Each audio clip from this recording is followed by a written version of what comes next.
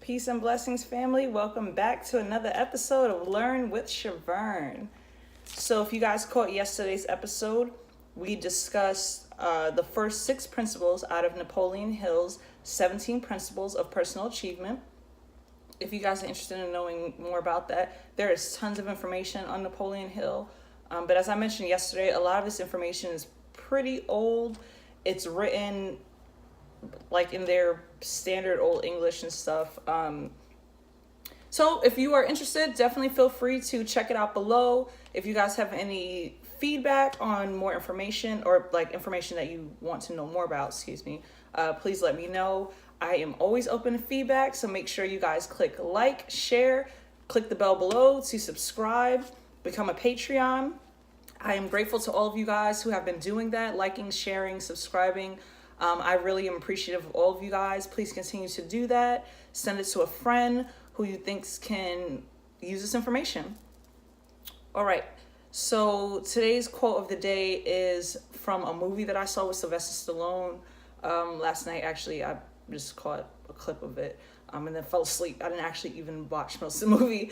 But anyhow, what stood out to me about this particular movie was he said something along the lines of, it's not about how hard you can knock somebody down in the ring, but about how hard you can get knocked out and still remain standing. How many of us get knocked out by life often, right? Or we find ourselves in situations that are unfavorable, or maybe we are miserable and we start looking for outlets. External things. Again, a lot of us have been programmed to think that the resolution to anything that is wrong with inside of us is outside of us, right? So we do things like people self-medicate. There's people who go to church, and there's nothing wrong with going to church. If that's where you feel that your spirit lays at rest, that's awesome. That is your outlet for you. Use it as your source of therapy, but it is a tool, because really at the end of the day, it's about how you fix inside, right? And all those things that make you feel good, okay? We're in the mode of feeling good, and we want to feel good every day. That's important, because that feeling of goodness attracts more of it. Again, the universe works in abundance, in flows of abundance. So jumping into Napoleon Hill's 7th principle of personal achievement is having a positive mental attitude, right? You want to constantly have a positive mental attitude about anything you're doing, regardless of what it is. Even if it's the most unfavorable thing to you at that time, still try to find the positiveness in it, regardless of what it is. There's always a light at the end of the rainbow, or a pot of gold at the end of the rainbow, right? You can find something no matter what it is. That's the 7th principle. The 8th principle talks about enthusiasm. Being enthusiastic about it. Again, you want to be adamant. This thing that you want to be adamant about it. You want to be persistent. You want to make sure it is your thing that drives you in the morning. If your passion is to do hair, okay, well, what have you done to get yourself closer to doing hair? Have you started creating your own business cards? Have you decided to look into a LLC, opening up a business bank account? What are things that you have put in place? And be enthusiastic about it. Don't be hesitant, because that hesitance, the universe doesn't work in unshores, right? It's either you want it or you don't. If you fall in that fine line, you most likely won't get it. But if you're adamant about it, if you're enthusiastic about it, you're passionate about this thing that you want, and you're like, yes, I am talented. I am going to do hair. I'm going to make business cards. I'm going to network. I'm going to put myself out there and get myself known, because my talent is awesome and I am amazing. And I want to share my amazing talent with the world and give back to humanity and make women look beautiful, or make men look beautiful or handsome. Sorry. Be enthusiastic about your passion. The 9th principle is self-discipline. Now, this is a heavy hitter one, right? Self-discipline comes in so many fashions, and a lot of us think that we can separate it.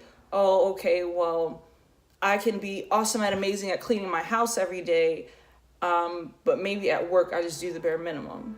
Or maybe at school I just do the bare minimum, and that reflects, because then when I go home, now I'm doing the bare minimum at home. I don't want to do my chores and so forth. Like this carries across the board. Self-discipline is so important. You want to apply it to all aspects of your life and not just some aspects of it. Okay.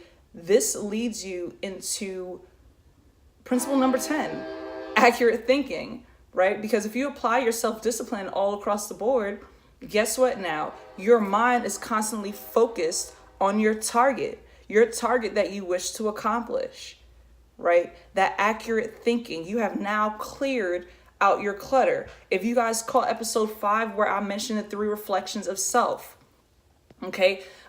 Your second self is your space where you spend majority of your time, okay? If that is cluttered, then you can't think accurately. So you want to clean that up. You want to clear out that junk from out of your mind and out of your space to allow it to be open to receiving the brilliance that the universe wants to offer you. Then the 11th principle is controlled attention. Okay, it kind of falls right in hand with accurate thinking. All right, regardless of what it is that you're doing at that time. How many of you guys do something, but you're mentally somewhere else? You're maybe at work or talking to somebody else and your mind is like way out there. Okay, that's you not controlling your attention. You want to control your attention and be present in whatever it is you are doing at that moment. Okay, time management kind of factors in here a little bit, because for those of you that work, if your 8-hour or 10-hour day is spent at work, you want to make sure you create time before and after work for your mental space, a minimum of 15 minutes for your controlled attention on focusing on your want that you want to create to come to fruition for you.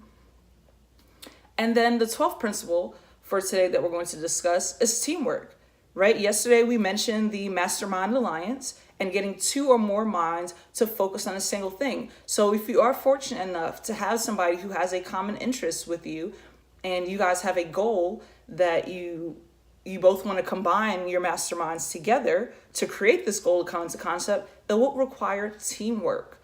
Okay, you have to sometimes set aside the ego, and it is okay to lead from behind. Sometimes a lot of us don't know how to do that, and it can become challenging, and then you get the clash of the egos, right? And therefore making teamwork challenging for you guys.